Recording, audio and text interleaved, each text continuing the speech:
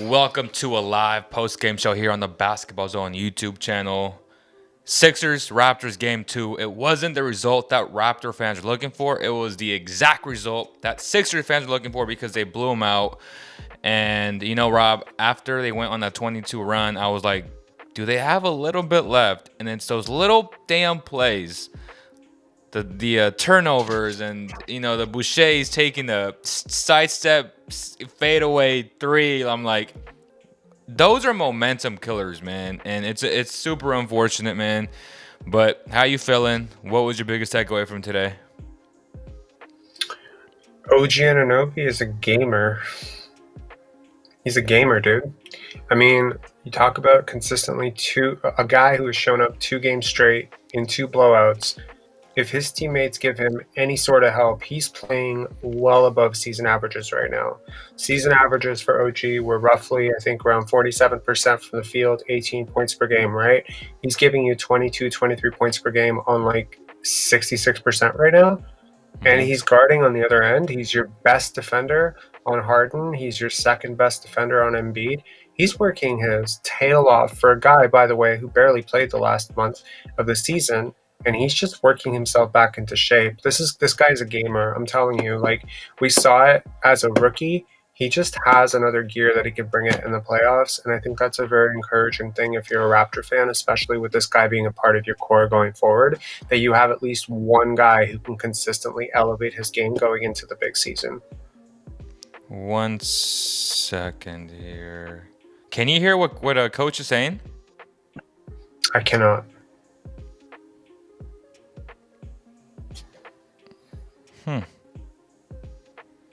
Okay, never mind. It seems like it's playing. He says that he thinks Pascal had a lot of good looks. I felt like Pascal, kind of forced it in the first half. He had a couple looks where I was like, well, that's not what they should be doing. But, what did you think about Siakam's game today?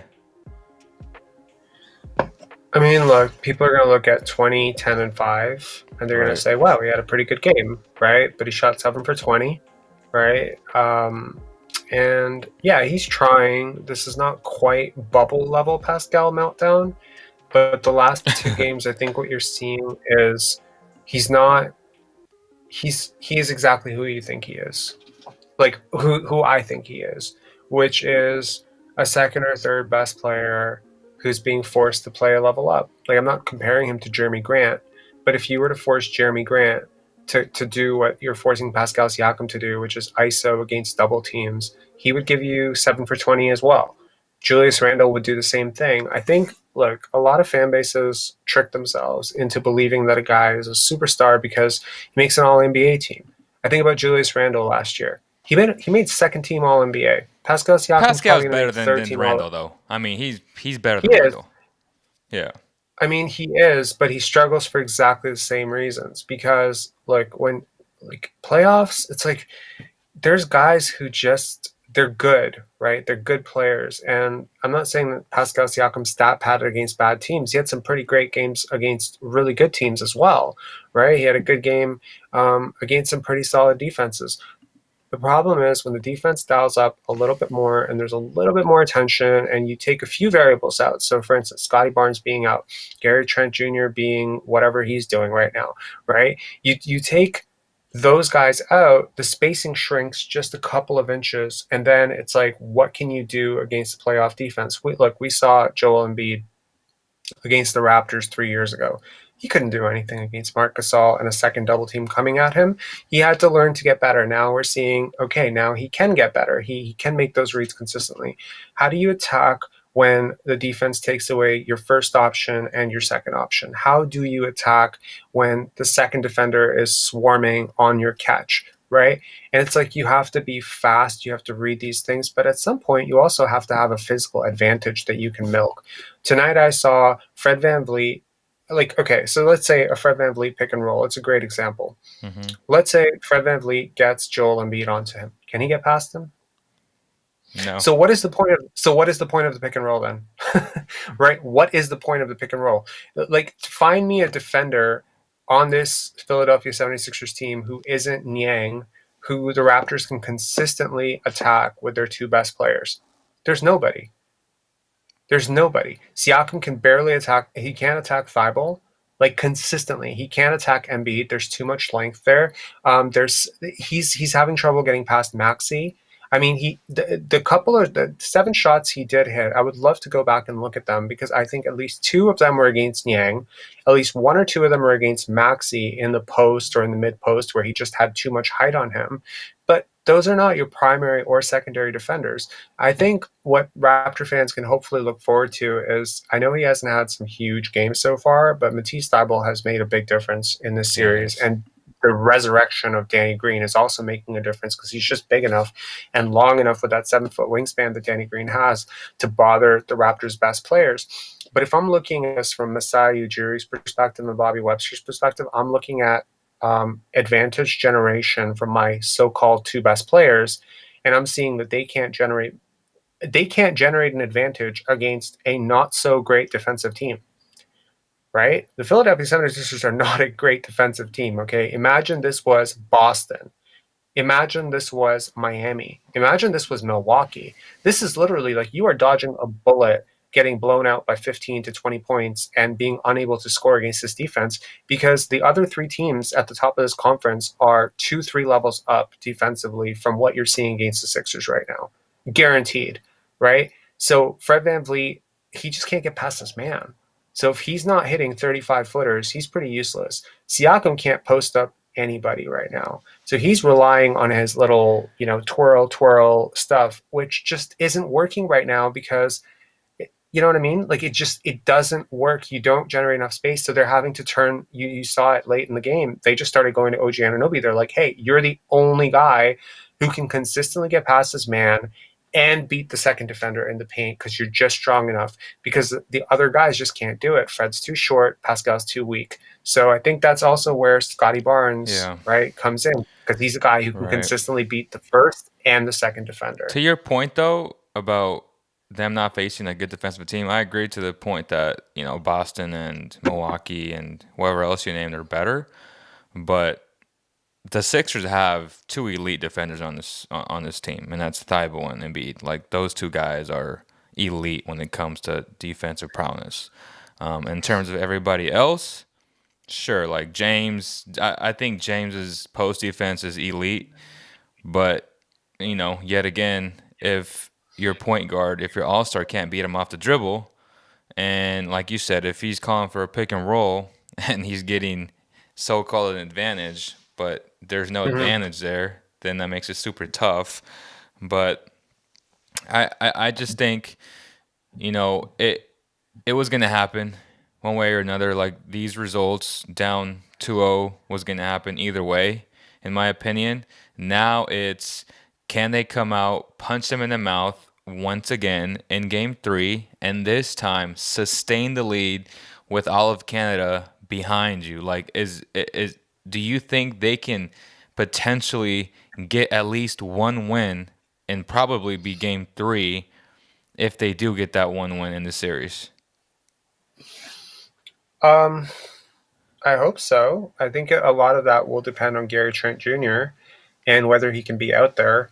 Um, Again, it's like your options when he's not there are so limited. You're having to go so deep into your bench playing Malachi Flynn, right? So if he's He sick didn't play and he bad can't though. go, Gary Trent or Malachi? Malachi, like in 21 minutes, I know he had 0 points, but he didn't kill you. You know what I mean? Like he didn't kill you. He didn't kill you, and surprisingly, he was +9. Yeah, I know the plus minus is not yeah. the greatest measure, but in a blowout loss, your backup guard. But he was also playing against the second unit. A lot of lineups without Embiid on the court. He did do a good job against Maxi. He did a better job against Maxi than Fred could. He's probably the only guy on this team. I really think the Raptors need to lean into Armani Brooks a little bit. I like Armani Brooks a lot, so I don't understand why he's not playing personally, but Nick Nurse is smarter than I am. In terms of can they get a win, again, I think it really does depend on health, right? Like this, it's hard to say how healthy Fred VanVleet is right now, right? His knee or whatever. I don't know. Is it just, but I mean, like, okay, so if he's not healthy, then he's not healthy. We have to forget about that. OG Anunoby obviously working himself back into form. Can Gary Trent, can Thaddeus Young give you something? Because I think those are two really big parts of what you're trying to do as a team. Thaddeus, obviously, with that thumb, tried to go today, probably having some trouble, dribbling the ball with that thumb. Just fresh off the injury, there's still definitely some swelling. They taped it up, but can this 2 days off hopefully give him some time to get right? Can Gary Trent get right? Because again, Gary Trent is a release, right? He's a release. Like a lot of these runs you saw from the Sixers when they went, like 10, 12, 15-0 runs, like you need to be able to generate something late in the clock. And Trent, for all of his inefficiency on offense, he can get his shot off against like cramming defenses, like a little bit of late clock release valve. When the defense collapse on Pascal, he can always throw it out to Gary Trent, 1-2 dribbles, and he can take a shot. So I think without that guy in the lineup and without Scotty, like your offense is obviously laboring. There's not a good offensive team to begin with. You take out two of your best offensive players out of the game effectively, Yeah. you're really going to be struggling, right? Nurse said, give Trent Jr. credit, but he had nothing. Probably should have held him out. Hope these guys can get healthy by game 3. Like you said, Yeah. man, that's tough. But to your point, I don't know if you caught Coach Nurse and Joel Embiid have a little moment there. I thought it was pretty animated and pretty funny. Let's read some of the stuff that Blake Murphy tweeted about from his press conference, since we can't really put it on the screen for you. So Nick Nurse says that he was encouraged by how they started turning Embiid over, and be a pretty good night if we cut those free throws in half. Wasn't a ref complaint, more of a scheme versus results comment. And then Nurse gets to the officiating when prompted, saying he doesn't understand the block charge. He challenged and said there were open hand slaps again, but at least there were fewer elbows. Nurse says exchange with Embiid was Embiid saying he'll keep making free throws, and Nurse saying he might have to. Seems like it was in a good competitive spirit. Nurse complimentary. That was pretty funny. Yeah, I mean, I think you're just seeing what happens when the two best players in a series are playing for one team, right? Whether Hmm. you think that that's Harden and Embiid, or whether you think that's Maxey and Embiid, right? It's hard to argue that the second best player has ever played on the Raptors in either of these two games. So, I think that just puts a lot of pressure on your defense to be basically perfect. And, you are missing one of your best defenders in Scotty Barnes in this game. I'm not making an excuse for him, honestly. Like, the way they're playing right now, it's really hard to stop this, right? It's really hard to stop this. It just feels outmatched. But to your point earlier, what you said was, that they're not a bad defensive team because they have two good defenders. I'll say this. They also have Tobias Harris. They also have James Harden. And Tyrese Maxey is not a great defender. He's quick, he's fast, but he's not a great defender by any means, right? Danny Green is in his late 30s. You should be able to, a really good offensive player would be able to cremate this team, right? If this was the Brooklyn Nets with Kyrie and KD, this would be a bonanza, right? They would be Right. feasting on this team because they'd be able to generate offensive, So I just think that, But Fred was doing look, that in the first quarter, bro. Like Fred was surprisingly breaking down. I don't know if it was Tyrese or James. I forget, but he was, getting to the paint, getting to his spots, kicking out, and guys weren't making shots. I mean, guys made a few shots in the beginning of the game, but as the game progressed, like those shots stopped falling in, man. And I give Fred credit in the first quarter, but like you said, after that, I think the Sixers he adjusted to shut them him. out of the game. He Yeah, shot them out of the game in the second quarter. Absolutely. I he don't know if did. it's because he ran out of gas, I but think he he did. was absolutely, But that's not an you excuse know, because everybody's tired in the playoffs. right. The last play of the game, the very last play of the game, Fred VanVleet had a wide open Chris Boucher streaking to the basket. I'm not kidding. There was like nothing between Chris Boucher and the basket. Closest Sixer was maybe 20 feet away. Fred just decided not to pass to him and went up for a layup, probably trying to pad his stats because he's had a very bad shooting night, and 2 more points will help him justify this in the post game. And then he got blocked. And I just laughed because I'm like, that's emblematic of this entire night. Look, he came out like gangbusters. I was very impressed. He actually put some pressure on the Philadelphia defense. He actually got past his man, which was very often James Harden and Tyrese Maxey. And that's what I'm trying to tell you. If this was Trae Young, if this was LaMelo Ball, if this was Darius Garland, those guys would be on an island. They would have to send a double team every time because an elite offensive, point guard, an all-star point guard can do that for your offense. That's why those guys are so prized and coveted, right? Guys like John Morant, guys like Darius Garland, guys like Trae Young, is that they can constantly put that pressure on your first line of defense, break down, get the second, and then boom, pass out, or finish, right? And Fred actually did that for about 6 minutes. For about 6 minutes to start this game, he actually did that. He found OG wide open for a three. He found, I think, Boucher or Pascal underneath the basket. It was great. This is how I've wanted Fred VanVleet to play all season. He was picking and choosing his shots. Even when he had, I think, about 10 shot attempts, and it was pretty quick, he launched up those 10. I'm like, these are almost all good shots. Those next 8, okay, yeah, the last one, the 18th, his 18th shot attempt was a wide open three that he just bricked. But it's like, if you're gonna lead the team in shot attempts, you better not shoot 30%. Like 7 for 22.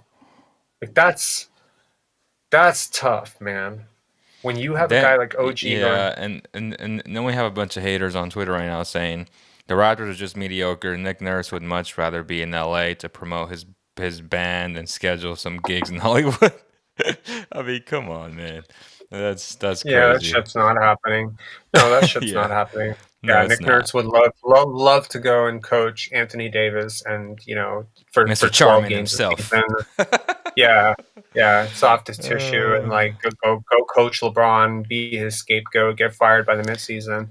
Van Yeah, Vliet no, says we need to step up and answer the call, and I'm confident we will do that. Van Vliet on the Raptors down 0-2, and and he puts the blame on himself. So there's your leader. honestly, he doesn't because look, man, like last game, after the game, he said, well, sorry, before this game, he said, look, we're a young team. We have to remember that we're a young team. And I think a lot of guys got a big wake up call. And I personally resented that comment because it's like, who are you talking about? You're obviously 28 years old. Chris Boucher's 29. Siakam's 28. You're not talking about you guys, right? So who are you talking about? You talking about Yeah. the guy who was your best player, who busted his ankle, Scotty Barnes, or is that who you're talking about? Are you talking about the guy who's busting his chops to defend Joel Embiid and Precious Achiuwa, who's really working hard and really, honestly, Precious Achiuwa was good tonight. He may have been negative 23 on his time on the court, but I have no complaints about how Precious Achiuwa played. He will always make a few boneheaded plays because he's pretty new to basketball, but he's working hard and he's honestly your best option against Joel Embiid right now, which is saying a lot, right? He's actually doing a good job. He's He had a fronting good him. moments He's today. I was shocked. I was like, man, I was talking a lot of shit about him, but he looked good early.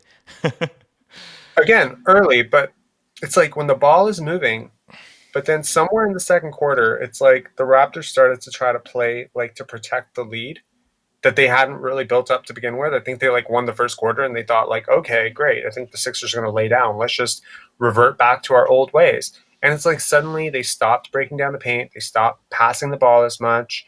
And then things just started to stick. And I think they kind of went back to who they were. It's almost like they came into the game with a great game plan. It worked. It was working. Even though Joel Embiid had a monster first quarter, it was working. Offensively, this is about as cohesive as the Raptors have looked in a few weeks. Right. And that's about as good as Fred VanVleet has looked in 4 months, to be honest. That first quarter was his probably best first quarter in 4 months. It was pre All-Star break that I've seen Fred VanVleet be this good. Actually, that might have been that might have been the best 6 minute stretch of his season so far, given the way he played. It's not just the points and assists, but it's just how he played. But I think again, like just without Scotty Barnes, without Gary Trent, there's just too much pressure on three players who really just are very incomplete offensive players. Even OG Anunoby, like you're seeing some good moments from him, Hmm. but you can definitely see that if that pressure picks up a little bit, his He handle turns it just over isn't every time, bro. He turns it over every single time. It's so frustrating. that that crushing turnover was a kicked ball, though. Nurse addressed that as well in the presser, and it was. If you go back and actually look at it, I'm going to break down the tape at some point. It was a kick ball. Like, he was on the ground. He's just like, wait, how the hell is that not a kick ball? And it went the other way. Are And you that was when the talking Raptors had about cut it to the 10. Maxi three Yes. Yeah. where he traveled? It went off. He did where Maxi traveled? Yeah, he like literally took like 3 steps before he took that shot. Like it was Yeah. crazy. Yeah, no, I mean, it's like your handle has to be so pristine, and obviously OG's is not, right? I also Especially think against like Embiid, he's off. though. Yeah, those are some long arms, and I mean, but it's like with OG, just because of his physical advantages, it's not like he can't attack Thibault. He can. It's harder, but he can. He has advantages, and I think if the Raptors are gonna come back in this series, they have to find him in the post. There was a point in this game before they started going to OG where OG was, I believe, 4 for 5, and Fred was 6 for 18. Like, that is messed up. Like, you have a guy who has clear advantages. He's in the post very often. Sometimes he has a smaller guard on him. Sometimes he's on the perimeter and he has a big on him. Maybe it's the backup big. Or maybe he has Tobias Harris on him. And he can attack those matchups and create, OG is an underrated passer. I think his passes aren't pretty, but they're very effective. You saw tonight he found a few guys. And it's just like, I would prefer the ball to just get away from Fred. Like, just get away Yeah, from this guy, because he's like, apart from those first 6 minutes, he holds it too long. It's just very stagnant. He doesn't create, and it's like too often like he'll kind of dribble. You saw it a lot tonight. He would kind of dribble, and then he'd realize, oh, I don't have the burst to get past this guy, and now I'm stuck. And then he'll throw it to somebody else, and that person has 4 seconds to do something with it, and it's just such a right. waste. Yeah. Let's talk about Scotty Barnes before I let you go. But before I talk about Scotty Barnes, I want to bring up the Kendrick Perkins tweet. And he said, I'm realizing people really hate the 76ers, and I'm just trying to figure out why. And one guy's like, I mean, we don't want to see 56 free throws shot a game. And that's what we see every night, right? Where we have two of the best free throw drawers in the game, whether it be by flopping or just taking advantage of the way the rules are. And as James Harden, especially Embiid, and how he throws his body around, and he's pretty dirty. I Mm. watched your video, and I would want to show it, but we got to fix the whole audio issue. That way, you're able to watch it as well, or at least listen to it. But Scotty Barnes, we we saw him walk into the presser, into the scrum today with the walking boot. Like I told you last show, I've been there, was on the walking boot for a while, and I think a lot of fans are optimistic, but I just don't see him returning if they don't go to Game 7. Like I find it hard to believe that he would return for a Game 5 or a Game 6 if they could even win a game. But I don't see it happening. Being in the walking boot is not a good sign at all. If I fans, think it's a great sign. I think it's a great I mean, sign, great sign personally. for his Number off one. season, but not a great sign to return to the series. No. So the thing with the walking boot, I actually did some research on this, and I talked to a few doctors about this after it happened, because I've been in communication with a few doctors just so I could try to understand what he's going through. Just, I really care about this player, and I want to know like what his diagnosis was and stuff. And so one of the things was, the walking boot is just to immobilize the foot so that it has a proper chance to heal, right? And while the For swelling's slowing sure. down. Right. So, like, over the next 2 days, how that progresses. If the swelling can go down by, let's say, tomorrow evening, whatever, then he can start getting into range of motion, and he can start getting into massage therapy so that he can start massaging those What was the ligaments so that they can MRI though? hopefully get the MRI. So the Raptors are pretty secretive about this, right? Now, the assumption is that, well, first of all, it's a lateral ankle sprain. It's not a high ankle sprain. It's not a midfoot Oh, sprain. So that's well, good. that's good. Yeah, I didn't know That's that one. great, right? Okay, that's great. Yeah. Yeah, so that's the first thing. Now, I have my own suspicions that there may be some midfoot damage because of how Embiid came down, and they're not letting us know that. But let's assume that's not the case, and let's say best Hmm. possible outcome, because it seems like he's in good spirits. He's on the sideline. He's standing up with no pain. He was on the sidelines cheering, standing up with his team do that if you're in pain standing up, right? So that's a good thing that he's not in pain. He doesn't need crutches. He walked in. It is a little bit gimpy, but he's wearing a freaking walking boot. If I was wearing a walking boot right now, I'd be walking with a limp too. It's uneven, right? So we're trying to make that yeah, so just trying to get that swelling down so you can get into physio, get range of therapy, range of movement back, massage a little bit, then maybe build up. So I think first of all, I would rule him out right now for game three. He's not coming back in game three. No. That's definitely not happening. I think game four is also out, but game four is Saturday. There's a 4-day gap. Wednesday night, the Raptors play game three. It's Thursday, Friday, Saturday. So there's 3 days in the middle, right? So I would say if they can win one, I would say the earliest he can come back is game five. And that would be on the extreme end of very early, and he would probably be agreeing to play through a little bit of pain in that case. He might not be himself, he may not be the same, but you know what? His game is not, he's not Tyrese Maxey. Okay. A lot of his game is based on power and strength, and he can still get in the post. And, Yep. you know, he might not be the same defensively, but I think he'll still be able to give you 25, 30 minutes. I think the latest he would be able to come back is probably the next round. So obviously, I'm not suspecting that the Raptors are going to win this series without Scotty Barnes. But if they do manage to pull out a win, we don't know, right? Like, look, the playoffs are unpredictable, right? I'm not saying that I'm hoping this happens, but what if, you know, next series, boom, we get 2 minutes into the game and Embiid cracks his foot. Then he's out. And then, you know, the Sixers are pretty much toast for the rest of the series. So Facts. I'm just saying, like, there's I just said a that lot. I just said that to my cousins. I'm like, yeah, they're playing well now, but if Embiid gets hurt, then this series is over. Like the Raptors are going to come back Yeah. and win it. And he's flailing around like God knows what. Yeah. You know, he's falling all over the place. He's a big dude. The bigger you are, the harder you fall. That's true as life, you know? So yeah, like, and I also like there's a part of me that's just like karma's a bitch. You know, karma is a bitch. And the way that he's been hitting people in the face and shit, like honestly, I'm surprised that some make a flagrant and just knock him out.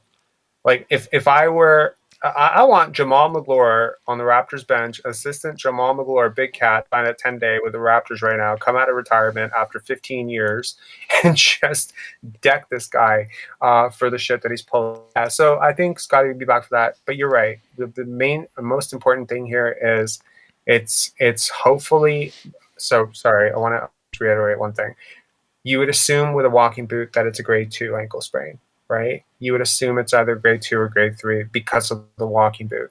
But that's what I thought. But when I talked to the doctor, they were like, actually, sometimes even with a grade 1 walking boot, we will put a tall walking boot on someone just to give them the maximum amount of support to make sure they don't move it, right? So again, I think the thing, if you're a Raptor fan and you're waiting for a domino to fall in this whole Scotty Barnes thing, I think it'll depend on when you see him without the walking boot. And if he begins to walk without a walking boot tomorrow and he's not on crutches, I think you can take that as a very good sign that he could be back this series. If you're still seeing him in a walking boot a week from now, consider him done for the season, because that's like, you know, the longer you're in that walking boot, the worse it is, right? Because that means the swelling is not coming down, and that means that you're still in pain. So that would be a really bad sign. But yeah, like to see him without crutches, I thought it was a great sign. Without question, man. So we will be back on Wednesday for Game 3. Must win for the Raptors. If they don't win, the series is pretty much over. And again, they got to come out, punch them in the mouth the same way they did today. I think it's very plausible for that to happen. And the Raptors need a big time game from Fred VanVleet. They're all-star in theory. So we'll see what happens. Thanks, Rob, for everything, for your analysis. I know James was in the chat saying, great show, Leon Robert, intelligent analysis. He says he wishes Barnes could play and use his walking boot to kick Embiid in his butt. We'll see what happens, man. Appreciate everybody. Again, make sure you like, share, and subscribe for more content like this. We're still debating if we'll do a watch show on Wednesday, but, you know, stay tuned, have your notifications turned on. Make sure you subscribe to Rob's channel as well, Pensionary Basketball. Great stuff there as always. That's pretty much it, man. I have a Go final ahead. prediction. Go ahead. I think Scotty Barnes is going to come back healthy at some point in his life. He's going to come back healthy, and then he's going to eliminate Joel Embiid in the playoffs for the rest of his damn life.